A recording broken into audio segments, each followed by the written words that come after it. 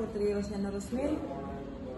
Di mata kuliah metode penelitian tentang proposal penelitian yang berjudul Implementasi Strategi Komunikasi Direktorat Jenderal Pajak dalam meningkatkan kepatuhan sukarela wajib pajak. Oke, langsung saja. Yang pertama, bab 1 pendahuluan. Yaitu yang pertama, latar belakang masalah. Penerimaan negara dari sektor perpajakan merupakan salah satu komponen vital dalam pembiayaan pembangunan nasional di Indonesia.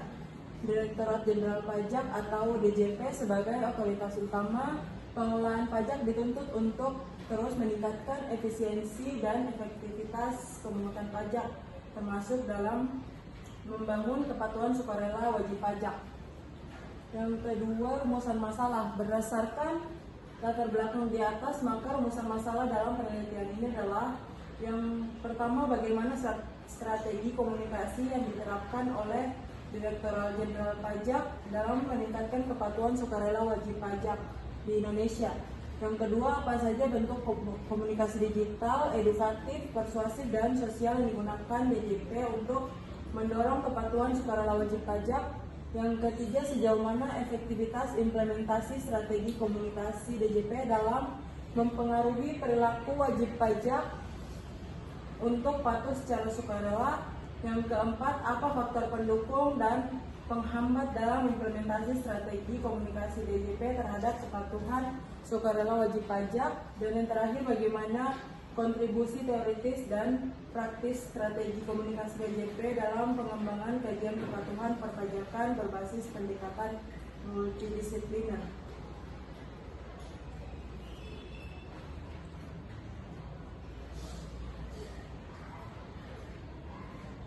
Selanjutnya, tujuan penelitian. Penelitian ini bertujuan untuk menganalisis dan mendeskripsikan strategi komunikasi yang diterapkan oleh DJP dalam meningkatkan kepatuhan sukarela wajib pajak. Yang kedua, mengidentifikasi bentuk komunikasi digital, edukatif, persuasif, dan berbasis norma sosial yang digunakan DJP dalam membangun interaksi dengan wajib pajak. Yang ketiga, mengevaluasi efektivitas strategi komunikasi DJP dalam mengubah perilaku wajib pajak menuju kepatuhan sukarela. Yang keempat, mengungkap faktor-faktor yang mendukung maupun menghambat keberhasilan strategi komunikasi DJP terhadap kepatuhan sukarela. Dan yang terakhir, memberikan kontribusi teoritis terhadap pengembangan model strategi komunikasi fiskal serta memberikan rekomendasi kebijakan berbasis temuan empiris yang dapat digunakan oleh DJP dan otoritas perpajakan lainnya. Selanjutnya, manfaat penelitian. Yang pertama, manfaat teoritis. Penelitian ini memberikan kontribusi bagi pengembangan literatur di bidang akuntansi perpajakan, khususnya dalam kajian strategi komunikasi fiskal yang berpengaruh terhadap kepatuhan sukarela wajib pajak. Pendekatan yang mengintegrasikan perspektif ekonomi perilaku, teknologi digital, dan norma sosial dapat memperkaya kerangka konseptual yang selama ini masih didominasi oleh pendekatan tradisional berbasis enforcement. Yang kedua, manfaat praktis. Bagi Direktorat Jenderal Pajak, hasil penelitian ini dapat memberi bahan evaluasi dan masukan dalam merancang dan mengimplementasikan strategi komunikasi yang lebih efektif dan adaptif, terutama dalam konteks digital dan masyarakat multikultural di Indonesia. Temuan penelitian ini juga dapat dijadikan referensi dalam perumusan kebijakan, pelayanan, dan sosialisasi perpajakan. Yang ketiga, manfaat akademik. Penelitian ini dapat menjadi referensi akademik bagi mahasiswa, dosen, dan peneliti lain dalam mengkaji lebih lanjut hubungan antara komunikasi strategis dan perilaku wajib pajak, serta sebagai dasar dalam menyusun penelitian kelanjutan terkait transformasi administrasi perpajakan di era digital. Dan yang terakhir, manfaat sosial. Melalui peningkatan kepatuhan sukarela, maka penerimaan pajak negara dapat lebih optimal tanpa harus meningkatkan beban administratif atau penindakan. Dengan demikian, masyarakat secara keseluruhan memperoleh manfaat dari pembiayaan pembangunan yang lebih adil, transparan, dan partisipatif. Next. Selanjutnya, bab 2 tinjauan pustaka.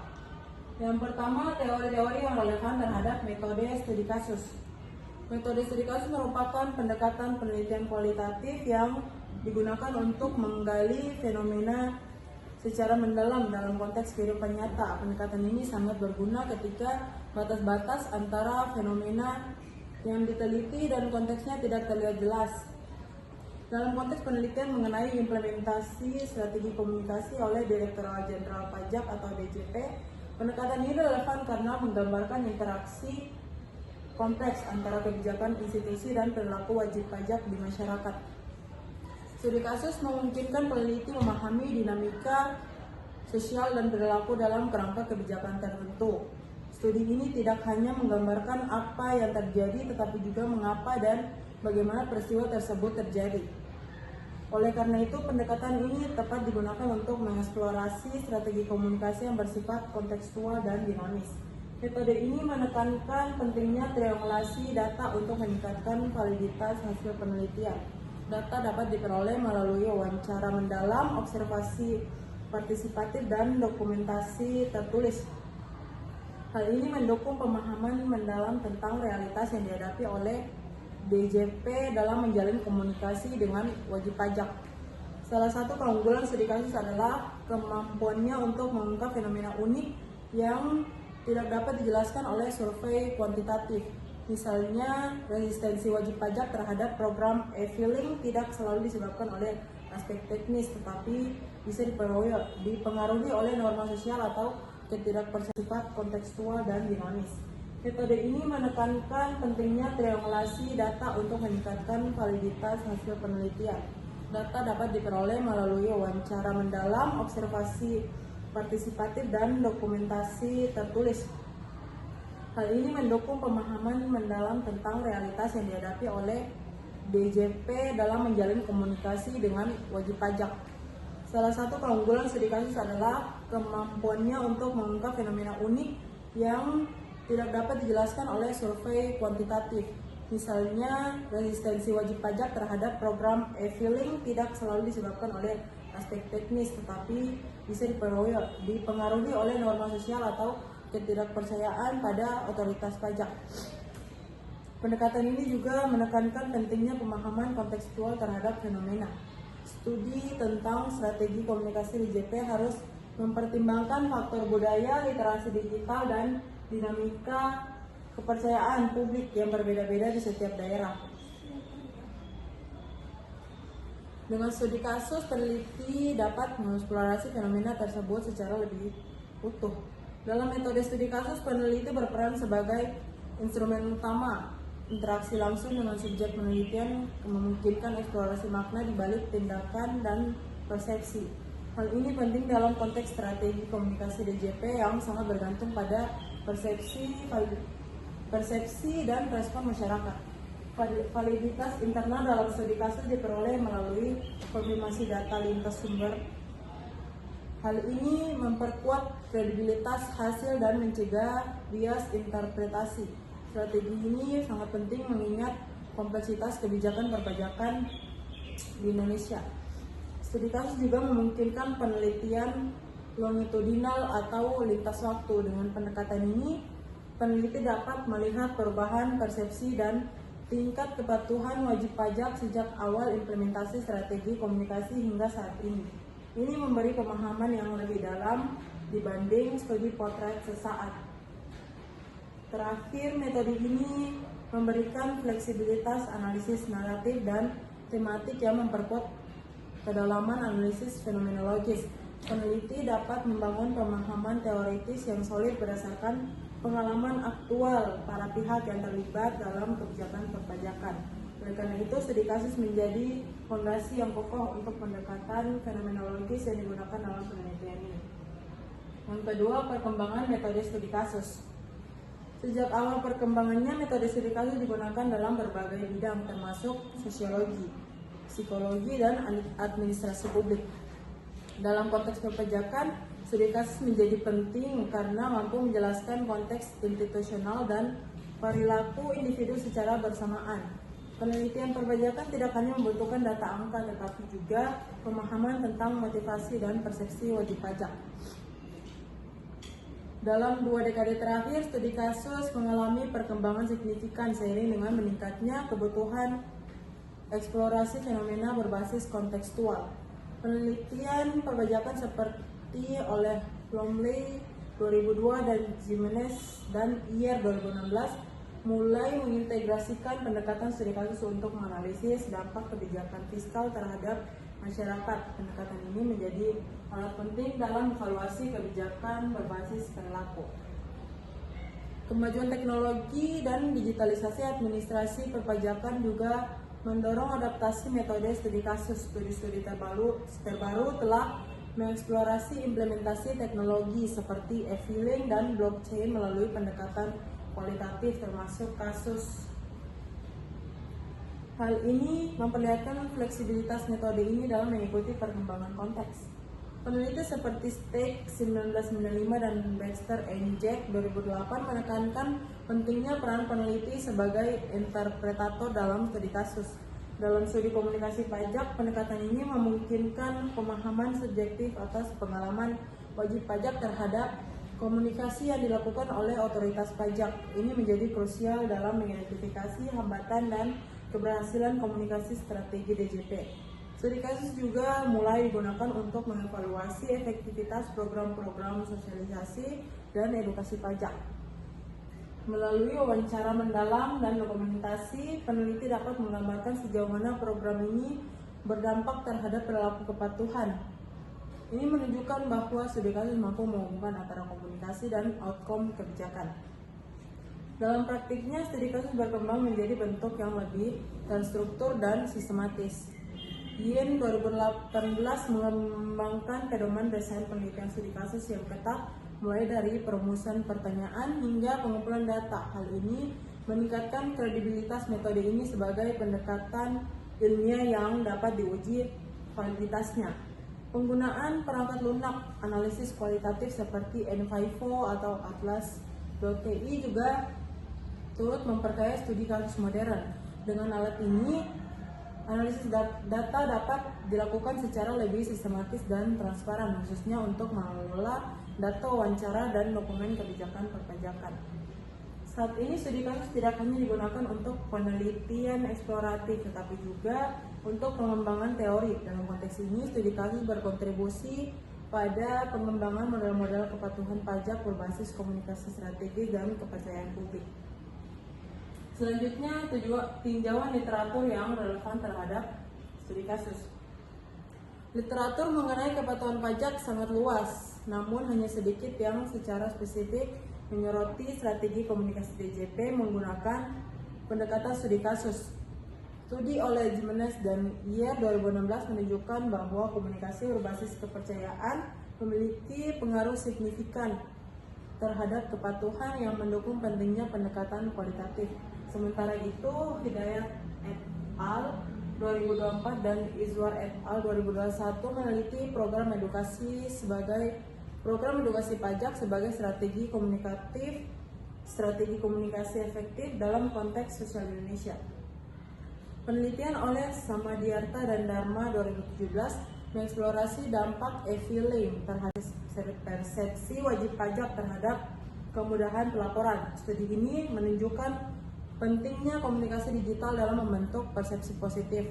Temuan serupa juga dikemukakan oleh Octaviano et al. 2024 dan 2024 dalam konteks adopsi teknologi perpajakan yang berbasis kepercayaan dan transparansi. Strategi persuasi juga menjadi perhatian dalam literatur komunikasi perpajakan. Fadilatun Nisa et al. 2024, Dewi dan Dharma 2024, serta Bibliometric Analysis Between Communication and Text Compliance 2022 menunjukkan bahwa pendekatan berbasis norma sosial dan nilai-nilai moral dapat meningkatkan kepatuhan sukarela. Selanjutnya, tinjauan literatur yang relevan terhadap studi kasus. Studi oleh ALM et al. 2005, Christian 2012, dan Plumley et al. 2012 menggarisbawahi bahwa strategi komunikasi DJP harus mempertimbangkan faktor kepercayaan, rasa keadilan, dan persepsi atas pelayanan publik. Literatur ini juga menyatakan bahwa komunikasi yang efektif akan meningkatkan transparansi dan mengurangi persepsi negatif terhadap pajak. Oleh karena itu, dalam studi kasus implementasi komunikasi DJP, pemahaman terhadap persepsi wajib pajak sangat krusial. Bella Huawei dan Atak 2024, di 2024, serta Hidayat dan Devitri 2024 menekankan bahwa pendekatan teknologi seperti blockchain dan AI tidak akan efektif jika tidak diiringi oleh komunikasi yang responsif dan jelas. Studi ini menunjukkan bahwa dalam konteks studi kasus, strategi digital DJP tidak bisa dipisahkan dari strategi komunikasi yang adaptif dan berbasis kepercayaan publik. Kombinasi antara teknologi dan pendekatan humanistik menjadi kunci dalam mendorong kepatuhan. Literatur juga menyoroti pentingnya keterlibatan komunikasi dan norma sosial sebagai sarana komunikasi. Izwar et al. 2021, Dewi dan Dharma 2024, dan Hidayat et al. 2024 memperlihatkan bahwa pelibatan tokoh lokal, organisasi masyarakat, dan pemuka agama dalam sosialisasi pajak dapat meningkatkan efektivitas pesan-pesan perpajakan. Dalam studi kasus, pendekatan ini menjadi komponen penting dalam mengeksplorasi bagaimana komunikasi disampaikan dan diterima di tingkat akar rumput. Sementara itu, penelitian oleh Gamul et al. 2015, Jimenez 2013, dan Ardika et al. 2023 menjelaskan bahwa motivasi internal wajib pajak dapat diperkuat melalui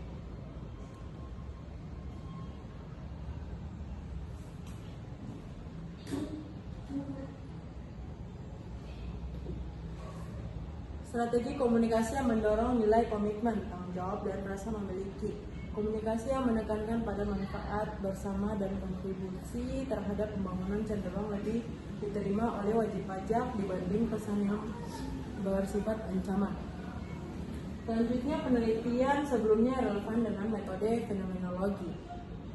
Metode fenomenologi digunakan untuk menggali pengalaman subjektif individu terhadap suatu fenomena secara mendalam. Yang dalam konteks ini adalah pengalaman wajib pajak terhadap komunikasi dari DJP. Studi oleh Jimenez dan Iyer 2016, Gamul et al. 2015, dan Bella Huawei dan Atak 2024 menggambarkan bahwa persepsi kepercayaan dan pengalaman emosional memiliki peran penting dalam kepatuhan sukarela.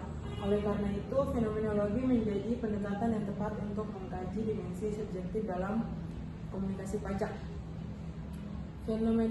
Penelitian oleh Fadila Tunisa et al. 2024, Hidayat et al. 2024, dan Sudrajat dan Okusumbu MD menggunakan pendekatan yang serupa untuk memahami persepsi wajib pajak terhadap edukasi dan komunikasi dari otoritas pajak. Temuan mereka menunjukkan bahwa kejelasan pesan, nada komunikasi, dan media yang digunakan memiliki pengaruh besar terhadap tingkat penerimaan dan kepatuhan wajib pajak. Dalam fenomenologi, fokus utama adalah makna yang dibentuk oleh pengalaman, bukan hanya deskripsi fakta. Oleh karena itu, studi oleh F 2024, Izwar et al. 2021, dan Ardika et al. 2023 sangat relevan karena mengangkat narasi wajib pajak sebagai sumber utama data. Mereka menemukan bahwa pengalaman langsung dengan sistem pajak digital dan interaksi dengan petugas pajak mempengaruhi persepsi keadilan dan kemudahan dalam membayar pajak. Selanjutnya, kerangka teori. Kerangka teori merupakan fondasi konseptual yang menjadi dasar dalam menjelaskan bahwa hubungan antar variabel dalam penelitian ini. Penelitian ini mengenai implementasi strategi komunikasi Direktorat Jenderal Pajak dalam meningkatkan kepatuhan sukarela wajib pajak didasarkan pada pendekatan multidisiplin yang menggabungkan teori komunikasi strategis, teori ekonomi perilaku, serta teori kepatuhan pajak. Selanjutnya, pengembangan hipotesis. Berdasarkan kerangka teori dan hasil tinjauan literatur, hipotesis dalam penelitian ini dikembangkan secara eksploratif karena penelitian ini menggunakan pendekatan studi kasus dan fenomenologi maka hipotesis ditemukan dalam bentuk proposisi yang akan diuji secara kualitatif. Yang pertama, H1, strategi komunikasi digital DJP meningkatkan persepsi transparansi dan mempermudah proses pelaporan pajak oleh wajib pajak. Yang kedua, H2, strategi komunikasi edukatif DJP meningkatkan pengetahuan wajib pajak terhadap hak dan kewajiban perpajakannya. Yang ketiga, H3, strategi komunikasi persuasif berbasis norma sosial dan nilai moral meningkatkan motivasi internal wajib pajak untuk patuh secara sukarela. Yang keempat, H4, tingkat kepercayaan wajib pajak terhadap otoritas pajak menjadi mediator utama dalam efektivitas strategi komunikasi DJP. Dan terakhir, H5, hambatan dalam literasi digital dan secara menyeluruh. Yang kedua, teknik pengumpulan data studi kasus. Teknik pengumpulan data dalam studi kasus ini menggunakan kombinasi dari wawancara mendalam, observasi langsung, dan dokumentasi resmi. Wawancara digunakan untuk mendapatkan informasi langsung dari pihak-pihak terkait, khususnya petugas DJP dan wajib pajak dari berbagai segmen. Threshold 2013, Meriam 2009, dan Baxter and Jack 2008 menyatakan bahwa wawancara merupakan teknik utama dalam studi kualitatif karena memberikan ruang bagi eksplorasi naratif dan makna subjektif. Oleh karena itu, wawancara dalam penelitian ini dirancang secara semi terstruktur untuk memungkinkan fleksibilitas eksplorasi. Yang ketiga, teknik analisis data studi kasus.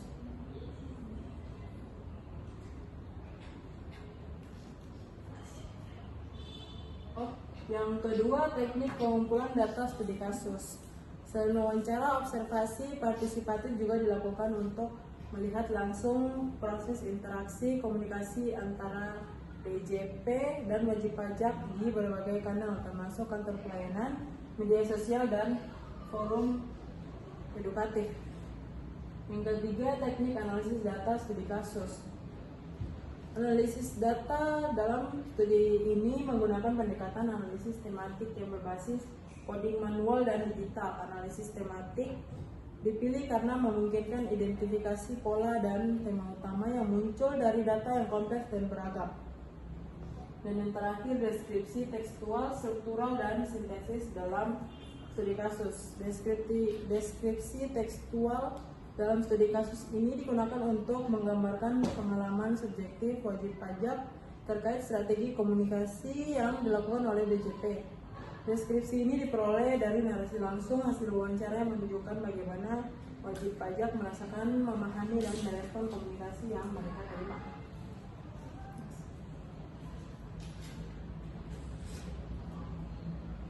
Mungkin itu saja yang dapat saya paparkan mengenai